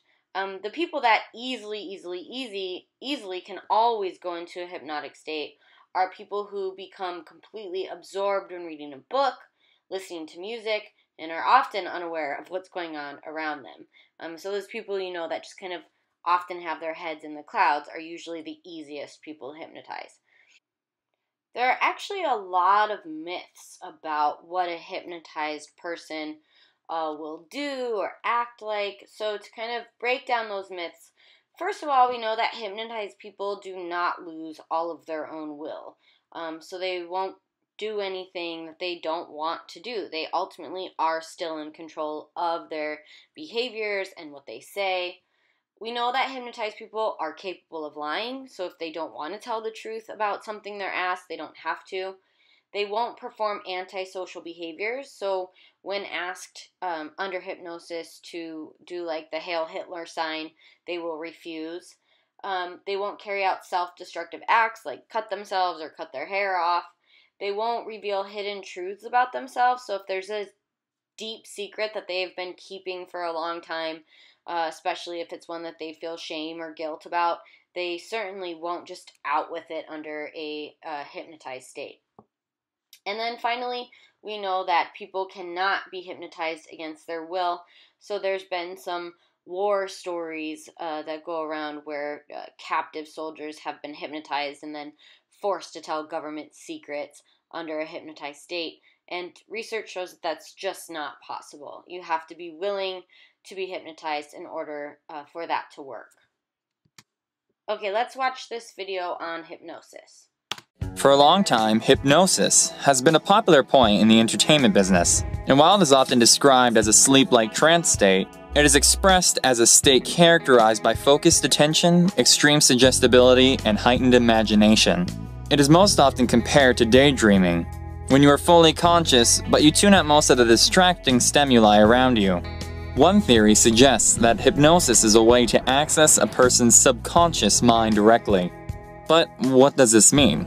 Well, normally, you are aware of the thought process in your conscious mind, meaning that you consciously think over the problems that are right in front of you, thinking about where you left your keys or what color you should wear. This is how your conscious mind solves problems, by accessing information you need through your subconscious mind.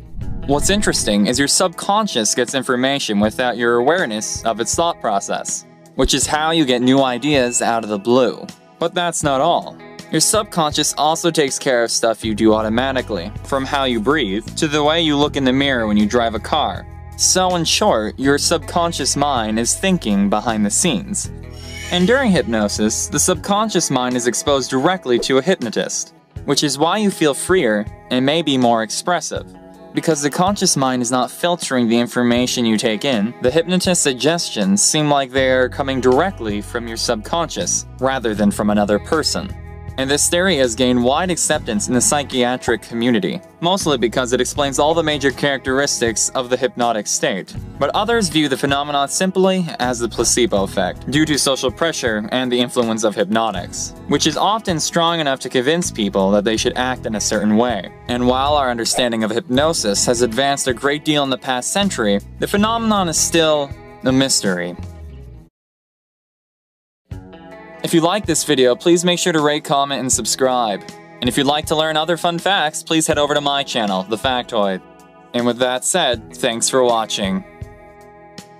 It's most often used in pharmaceutical clinical trials to prove the efficiency of new drugs. But what's interesting is that it also occurs in animals. Hypnosis or hypnotherapy has been successful in solving a variety of practical human problems. So hypnosis as treatment can be used for a variety of different things, and this list is not exhaustive, but here are some of the most common. So first and foremost, hypnosis is often used to control pain. In fact, many people actually learn how to hypnotize themselves to control their own pain. And so you can go to someone, a hypnotherapist, and then they'll hypnotize you and suggest the pain is gone or reduced, or you can learn how to hypnotize yourself, and then when you are in pain, you can do these practices to help relieve and control your own pain. So learning how to use hypnosis to control pain is particularly useful in childbirth, and you can even just go on YouTube and look up hypnosis in childbirth to learn how to do it specifically for childbirth. Or in dental procedures, hypnosis is very commonly used, and again, you can learn how to hypnotize yourself. Hypnotherapy has also been successful at reducing smoking. So generally one of the things that the hypnotherapist will tell the hypnotized person is that the taste and smell of cigarettes are unpleasant. Maybe they'll find out what the client finds disgusting before they go under hypnosis and then tell them that the cigarette tastes like that. However, it is important to note that we have not found hypnosis to be successful in stopping drug or alcohol abuse. Hypnosis has been used to treat a variety of psychological disorders, and the way that it's used is it heightens relaxation, which can reduce anxiety. It's been used to increase expectations of success. It's been used to help people modify their self-defeating thoughts. And it's been used to help people improve their athletic performance. In fact, many baseball players have had success using it to increase concentration when they're batting. And then finally, hypnosis has been used to assist in law enforcement. Witnesses and victims can sometimes recall crime details better when they are under hypnosis. However, their recollections are not always accurate. So hypnosis in law is still kind of an unresolved issue. It's not always allowed in a court case or a go-to method for a lot of police departments. All right, and then the last type of altered state of consciousness we're going to discuss is drug use. So we are referring to psychoactive drugs, which are drugs that influence a person's emotions, perceptions, and behaviors, as opposed to like Tylenol, which doesn't affect really someone's state of consciousness. And psychoactive drugs do actually include things like coffee, nicotine. We know that drugs affect people differently due to their nervous system and how their neurotransmitters operate, the level of neurotransmitters that they're born with, because we're not all born with the same amount of dopamine or the same amount of serotonin. It varies from person to person, which is why drugs can affect people differently based on kind of the level of neurotransmitters that they come in with. And then there are addictive drugs and non-addictive drugs. So the definition of addictive drugs is that it produces a biological or psychological dependence in the user, so that withdrawal from the drug leads to cravings which can be nearly irresistible. And of course, non-addictive drugs don't do this. So biologically based addictions and psychologically based addictions are two separate concepts, and so we need to think of them in this way. Biologically based addictions are when the body gets so used to functioning under a drug that it really can't function without it. Like a person that uses heroin and comes off of heroin and their body goes into a state of shock, which we call withdrawals. A psychologically based addiction is when the person's body can function just fine whether or not they are on the drug. However, the person believes that they need the drug just to deal with the stress of everyday living. So we often hear people say, oh, I really need a drink. And if this becomes their go-to method of coping, then this could constitute a psychologically based addiction. Okay, go ahead and pause the video, head on over to Moodle, complete lecture activity number 3, and then come back to this point in the video. The first classification of drugs we're going to talk about are stimulants, which produce drug highs. So these are drugs that have an arousal effect on the central nervous system, which causes a rise in heart rate, blood pressure, and muscular tension. And so caffeine is actually considered a stimulant drug, and the way that it makes someone feel is more attentive. They have an increased reaction time, an improvement in mood, and this is because caffeine mimics a brain chemical or a neurotransmitter known as adenosine. which is an activating neurotransmitter. However, the cons of caffeine are that too much caffeine can cause nervousness and even insomnia, physical shaking, heart racing. And it does actually create a biological addiction as well as a psychological addiction. People often think they need coffee to function. And biologically, when people stop ingesting the levels of caffeine that they're used to, they often get headaches and sometimes even depression. Prescription drugs like Ritalin and Adderall are also stimulants and can make someone feel more able to concentrate and more focused. However, they affect the brain the same way that other stimulants affect the brain and can produce a biological and psychological addiction. So, nicotine actually causes a release of dopamine in the brain. It only takes about 10 seconds for nicotine to start affecting your brain, and it actually activates the same neural mechanisms as cocaine and other stimulants. Methamphetamines, or meth as it's more commonly referred to, creates an influx or an extra amount of dopamine in your synaptic gap, which makes a person feel more energy, more alertness. They become more talkative, often have heightened confidence, in a good mood, increased concentration, and reduced fatigue. However, methamphetamines are amongst one of the most dangerous street drugs.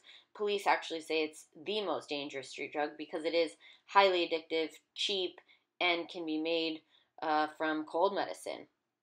And it also, in the short term, causes a loss of appetite, and then in the long term can cause anxiety, irritability, paranoia, a loss of sexual appetite, and then there is a high potential to OD on amphetamines, which can result in convulsions or even death. And the last stimulant we're going to talk about today is cocaine, or crack, as it's often known. And so when people ingest crack cocaine, they often feel a profound sense of psychological well-being. They feel an increased confidence and alertness. And this is because crack cocaine actually floods the brain with the neurotransmitter dopamine, which creates that very pleasurable feeling. Cons of cocaine and crack are bountiful, though. Actually, crack cocaine can permanently rewire the brain. It causes people to deteriorate mentally and physically.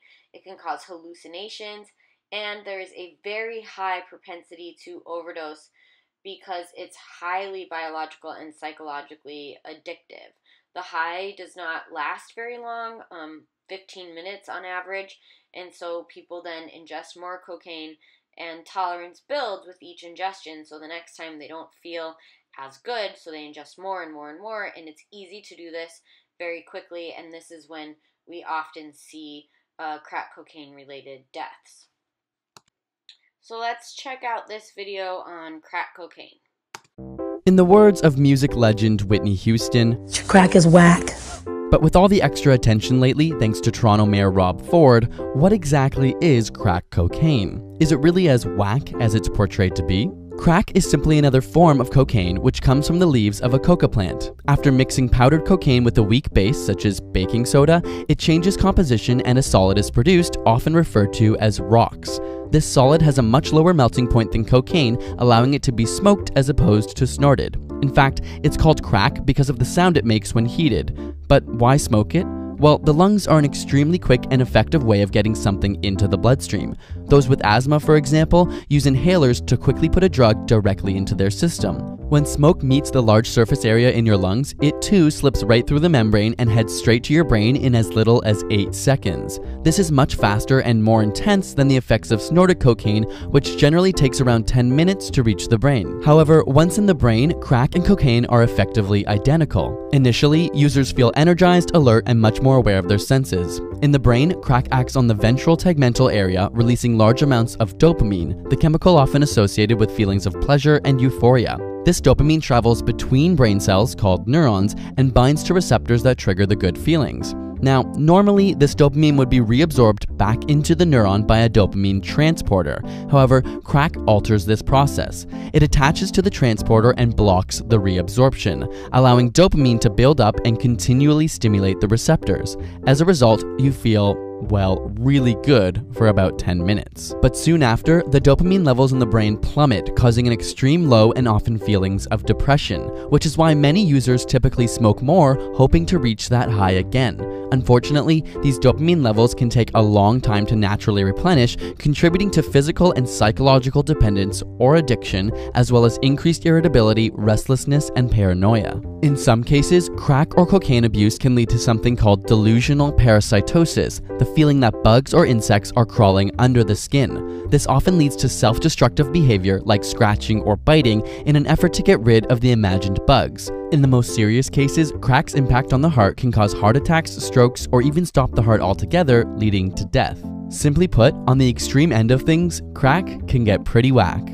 Thanks to Audible.com for giving you a free audiobook of your choice at audible.com/ASAP. Audible is the leading provider of audiobooks with over 150,000 downloadable titles across all types of literature. One of our recent favorites is Sycamore Row, which is John Grisham's sequel to A Time to Kill. You can download this audiobook or another of your choice for free at audible.com/ASAP. Then use Audible's free app to listen on your Apple, Windows, or Android device. Special thanks to Audible for making these videos possible and for offering you a free audiobook of your choice at audible.com/ASAP. And subscribe for more weekly science videos. Next classification of drugs that we're going to talk about are depressants. And these are drugs that slow down the nervous center, which causes the neurons in the brain to fire slower. So the most common depressant and drug overall is alcohol. In fact, worldwide we see that people over 14 drink 2.5 gallons of alcohol a year, or what equates to 200 drinks per person. One of the main things that we see occur in college-aged people is binge drinking, and so the numbers are different based on gender. What constitutes binge drinking for males is 5 or more drinks in a row in a given time span, usually what equates to one evening. And then for females, it's 4 or more drinks in a row in the same time span. And studies actually show that alcohol abuse may harm the brains of women more so than it does of men. And so the reason that people ingest alcohol is because in low doses, it increases sociability, release of tension and stress, there's joy, sometimes even euphoria, and a loss of inhibitions. However, the cons are that in high doses, it can create depression, it can cause a person to be mentally and physically unstable. Alcohol can create poor judgment, even aggression, memory impairment, trouble processing spatial information. Speech can become slurred or incoherent, and then even a loss of consciousness or alcohol poisoning that can lead to death. Currently, we know that about 14 million Americans are addicted to alcohol, and one of the things about alcohol is that tolerance for it builds very, very rapidly. So what takes one drink to feel drunk when you first start drinking alcohol, next time will take 2 drinks, and the next time 3 drinks, and so on and so forth. So the tolerance builds really quickly. And another type of depressant is what's known as barbiturates, and these are major tranquilizers, generally prescribed by doctors, but of course people do have ways of getting it illegally and using them recreationally. But they include sleeping pills, anesthesia, propofol, which is the drug that Michael Jackson overdosed on. And so people ingest barbiturates because they say that it reduces stress and causes relaxation. But the cons of barbiturates is that they are biologically and psychologically addictive, and when used in combination with alcohol or other drugs, or if a person just takes too much of a barbiturate, they can relax their diaphragm so much that the user actually will stop breathing. And that's actually what happened to Marilyn Monroe. She was found dead after ingesting what some people say is 40 pills of barbiturates, and she was taking it in the form of sleeping pills. And then there are benzodiazepines, which are minor tranquilizers in comparison to barbiturates. And again, these are supposed to be prescribed by doctors. The pros of benzodiazepines is that they should be safer than barbiturates, and also they reduce stress, anxiety, and cause relaxation. But again, just like with barbiturates, if they are used in combination with alcohol, they can cause the user's diaphragm to relax so much that they stop breathing. One benzodiazepine, Rohypnol, has become popular over the years and has been used as a date rape drug. It will be slipped into someone's drink, and when it is mixed with alcohol, it renders a person so incapacitated that they don't remember anything. Okay, let's watch a quick video on benzodiazepines.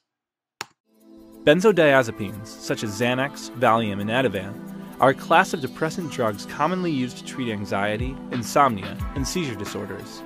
Next to prescription painkillers, benzodiazepines are the most abused class of prescribed medications in the United States. Benzos work similar to alcohol. They create a pleasant sensation of relaxation and inhibition by enhancing the action of GABA, the chemical that slows down brain activity. Although they are highly effective for their intended uses, benzos are physically and psychologically addictive.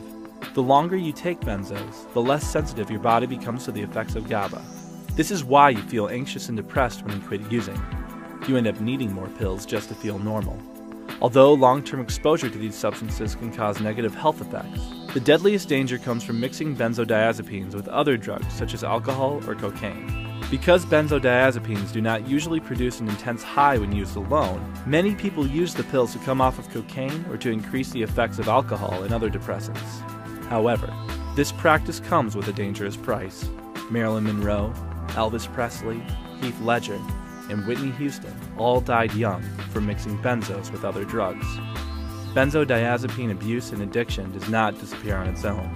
Because withdrawing from depressants is extremely painful and dangerous, it is not recommended that you detox on your own. If you or a loved one is struggling with benzo use, please call us today. Okay, and then the next classification of drugs is narcotics, which are a class of opium-related drugs that suppress the sensation of pain by binding to and stimulating receptor sites. These drugs increase relaxation and relieve pain and anxiety, which is why painkillers are often referred to as legal heroin, because they are opioids, which is in the same family as heroin. So heroin actually comes from the poppy seed pod, and it's generally injected with a needle, which also comes with its own amount of dangers. So the reason that people do heroin is because they get a rush of positive feelings that are followed by about 3 to 5 hours of a sense of well-being and peacefulness. However, when the drug wears off, they have extreme anxiety and feel a desperate need to repeat the experience. Tolerance increases very rapidly with heroin, so it takes more and more to get that high feeling, which heroin addicts often refer to as chasing the dragon. And this creates a deadly cycle. Most people say that you never will feel that same high you felt the first time that you ingest heroin, but a lot of addicts continue to try, which is something that often leads to overdose. So go ahead and take a look at this video that discusses the relationship between prescription opioid painkillers and heroin. An opiate is an opiate. I don't care which one it is. Every one of them will kill you. How many times have you overdosed? 14. Every time I've ever used Narcan, I thought the person was going to die. And after administering the Narcan, they come to. This is a miracle drug. In the first 18 months of the program, we were able to reduce the death rate by 66%. Up and up.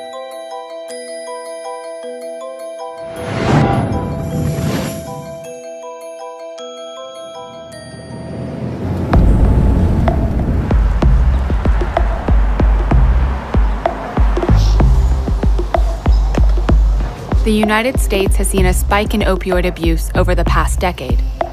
In 2010, an average of 100 people a day died of an overdose. Drug overdoses now kill more people each year than gunshot wounds or car accidents. But finding a solution has been hard because of the stigma surrounding drug users and lack of support for programs that are based on reducing the harmful effects of drug use, rather than those requiring abstinence. New England in particular has been hit hard by fatal overdoses. In Massachusetts, death from heroin and other opiates has increased by more than 90% since 2002.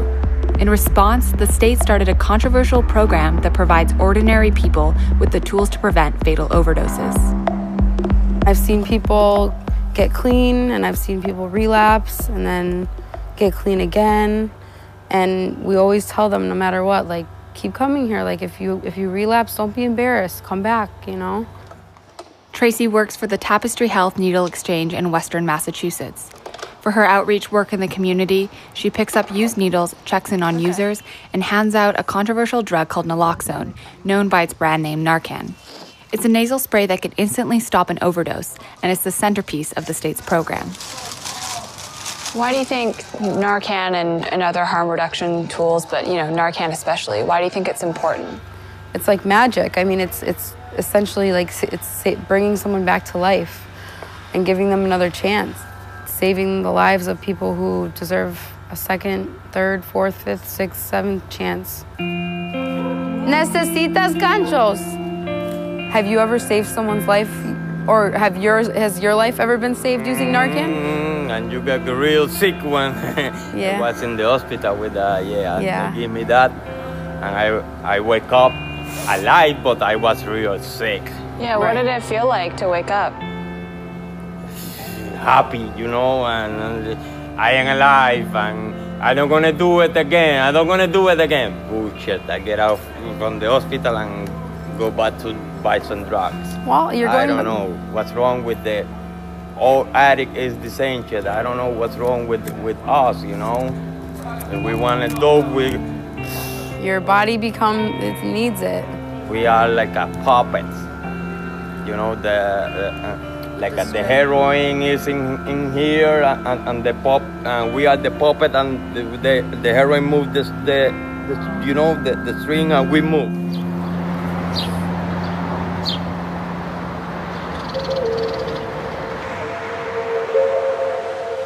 Quincy, a town 10 miles south of Boston, has a major opioid problem. The increased availability of prescription opiates means drug use began reaching younger suburban populations. I'm 39, I grew up in Quincy, and people I used to play sports with, and some people I used to hang out with, a lot of them, started on the OxyContin, on the Percocet, and ended up becoming heroin addicts. And I've lost track now, but it's over 25 people that are no longer with us. They're deceased.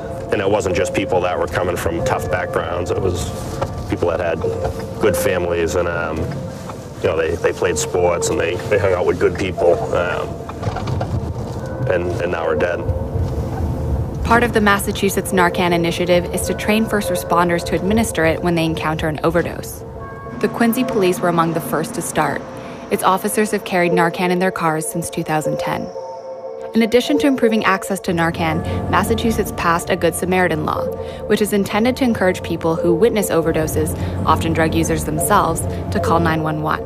It exempts them from arrest for possession of small amounts of illegal drugs. This approach has radically changed the way the police interact with the user community. The officers took a new outlook on the individuals out on the street. Years ago, we would just arrest, and we wore out a lot of handcuffs, and it just doesn't work. Because we had a rash of overdose deaths where we would show up at the scene, and we call it was sanitized. There were no paraphernalia as far as any drug usage, and an individual would be lying or sitting in a chair, deceased, with their ID card. In the first 18 months of the program, we were able to reduce the death rate by 66%. Despite Narcan's success in Massachusetts, other states have been slow to adopt a similar program because of liability issues and a concern that Narcan is a short-term fix that simply allows people to continue abusing drugs. Some people say that the Narcan program is a Band-Aid effect. But to heal a wound, we have to put a Band-Aid on it to keep it concealed and for it to heal properly. Our job is to protect and serve. We don't choose who we protect and serve all. As of June 2014, 480 overdoses have been reversed by first responders. But police and firefighters often aren't the first on the scene of an overdose. Usually it's a friend or family member.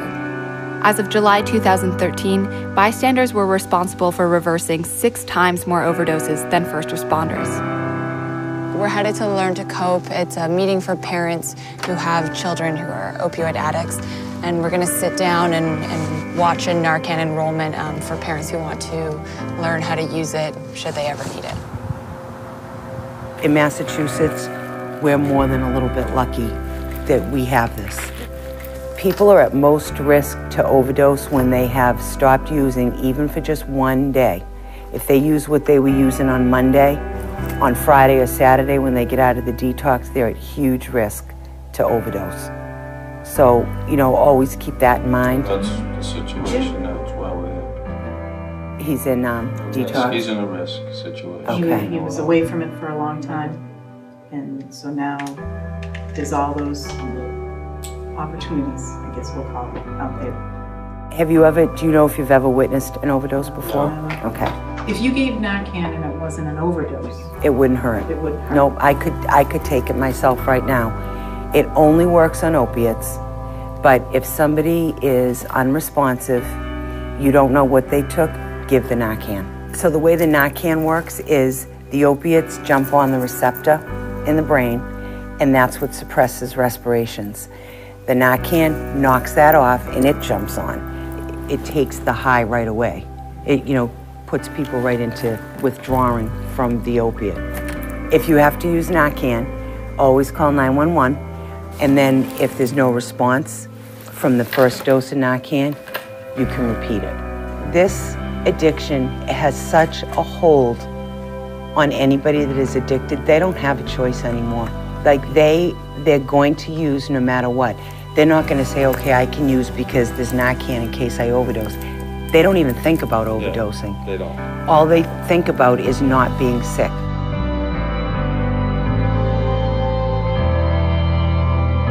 Only 15 states in the country have Narcan programs, and in many states, it's still illegal to administer Narcan without a medical license. Even in states where first responders have expanded access to Narcan, it's still difficult for civilians, who are most likely to witness an overdose, to get Narcan themselves.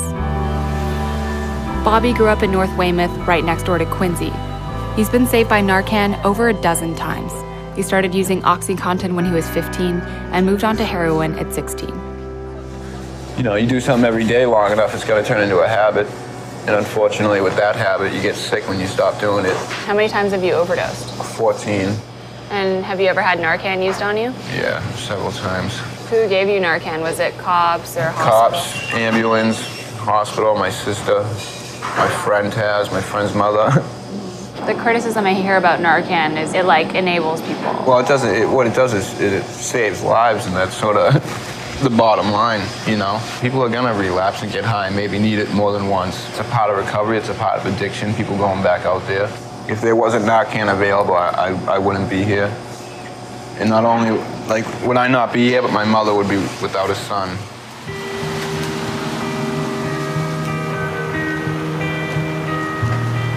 So we're heading to go meet Gary Langus. He used to kind of give Narcan out underground. When people would call him, he would just distribute it out. And then his program grew, and he's basically doing it for the Department of Public Health now.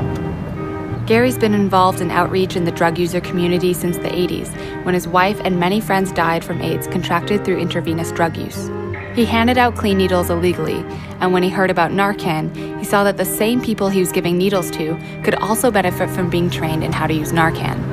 But until Massachusetts started its program in 2007, it was still illegal to administer Narcan without a medical license. So it became like the Narcan Boston Buyers Club. It's an immediate public health response that prevents death right away. Now, Gary goes door to door, training people who are likely to see an overdose on how to use Narcan. He's going to train Denise, a childhood friend who's a caretaker for people prescribed opiate painkillers. Hello? Oh. Come on. We grew up in the same neighborhood, and around that time there were a lot of people that were 15, 16 years old that started to use heroin. And we went right to heroin. It wasn't like... Yeah, it wasn't like you fooled around for years and then, that was it, kind of. All right, so Denise, you've witnessed an overdose. Have you witnessed overdoses? Yes. How many have you witnessed in your life? My life? Yeah. Maybe a half a dozen. It's pretty hectic at an overdose when somebody's overdosing, you know, like it's a scary situation. Some people are panicking, and this is the kit, this is the medicine, this is the atomizer, and this is the syringe part, the administrator. Then you'd administer like half up one side of the nostril and half up the other side of the nostril. All right, so just go ahead, show me how you put that together. Anybody that interacts with a drug user is important soldier in this fight to stop overdoses. You know, like drug use, overdose, there's no boundaries, there's no state lines. The other end. Uh-oh. Uh-oh. You guys both mentioned, growing up one way or another, you guys were involved in the user scene or what have you. But now both you guys work on the opposite side. Growing up near that, did that kind of push you or passion you to do what you're doing now? I think so. We lost dozens and dozens of friends that, like, a lot of overdoses. And we didn't have the answer back then. You know, we didn't have Narcan. No. Yeah, We tried all kinds of stuff. I mean, I can remember Injecting salt, people ice shooting me up with cubes. salt, ice Yeah. cubes down your pants, like frozen hamburger down your pants, whatever. Like, you know, it was just like all kinds of crazy stuff, throwing people in the shower and... Just anything to revive them. When you save a life, that's an unbelievable success. Like when you take somebody from death, like the door of death, and pull them back, that's like pretty powerful. I admit I'm an enabler. I enable folks at every opportunity I can. I hope I'm enabling them to live, to have another day, so they can, you know, make a choice, either to use or not to use. But you know what? They're not going to be able to make a choice if they're dead.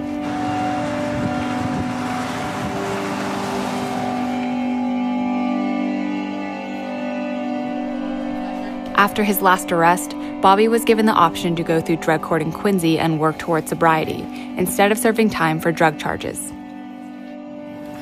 How are you, Mr. Newmeyer? I'm good. How are you, Your Honor? I am well, thank you for asking. Well, you made it to this sober house. This is great news. It's just crazy. It's my first program I've ever graduated. That's a great thing. Yeah, so I'm 1 for 5 with programs, but... So you're 1 for 5. But it's good that it's my last one and not, you know what I mean? It is a process, and I understand entirely. That it is. He has been clean 11 months and 11 days. You know, before I knew it, I was, 2 months, 3 months, 90 days clean, which I've never had in my life. And, yeah, it felt unbelievable, so I just sort of stuck with it, you know. Here I am 11 months later, 11 months, 11 days, feels good. By decreasing the possibility of a fatal overdose, Narcan is increasing the chance that an addict will eventually go into recovery. It might take years as it did with Bobby, but decades ago, this option didn't even exist. And in many parts of the country, it still doesn't. If Bobby had overdosed just across the border in New Hampshire, where Narcan is only available to medical professionals, there's a good chance he may not have survived. But it's not as simple as just passing a law. State medical boards, police unions, and other relevant agencies all have to be on board. And while Narcan is starting to gain mainstream acceptance, progress has been slow. And the states that have the greatest number of fatal overdoses currently have no Narcan programs to speak of. And that's the tragic part of the story. Bureaucracy and politics standing in the way of a drug that can be administered by just about anyone and can give a person on the brink of death one more chance to turn their life around.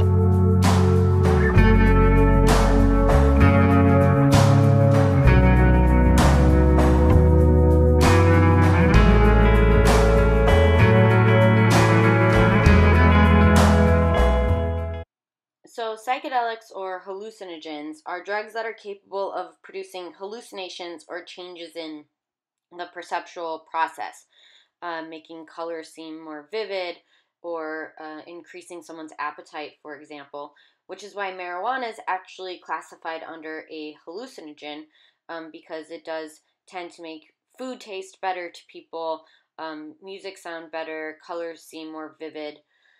And so some of the positive feelings of marijuana are a sense of euphoria and well-being. Like we mentioned, sensory experiences seem more vivid and intense. We know that marijuana users often report an increased sense of self-importance.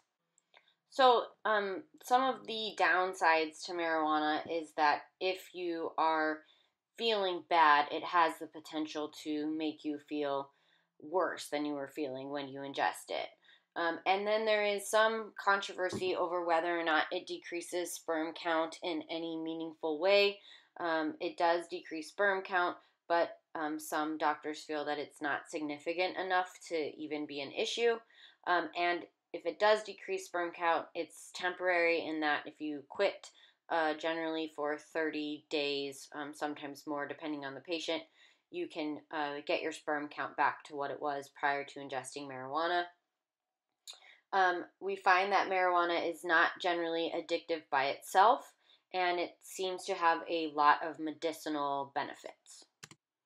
MDMA or ecstasy or even Molly affect the neurotransmitter serotonin, and ecstasy produces feelings of peacefulness, increased empathy, a connection with others, and reports indicate people on ecstasy feel relaxed yet energetic. Some of the cons of ecstasy is that long-term changes in serotonin receptors can result. There is the potential for a decline in memory and performance on intellectual tasks. And then there is LSD. The street name for this is acid. It has a structure similar to serotonin, and it produces vivid hallucinations. Perceptions are altered so much that mundane experiences often become exciting. Time perception is distorted, and some users report a gained understanding of the world. People do, however, have bad trips on LSD, so LSD can be terrifying, especially if the user has had emotional problems, and it can cause these flashbacks of the bad trip long after they've stopped using the drug. Okay, that's it for this chapter. Head on over to Moodle to complete your forum post and any lecture activities you need to finish up, and we'll see you next time.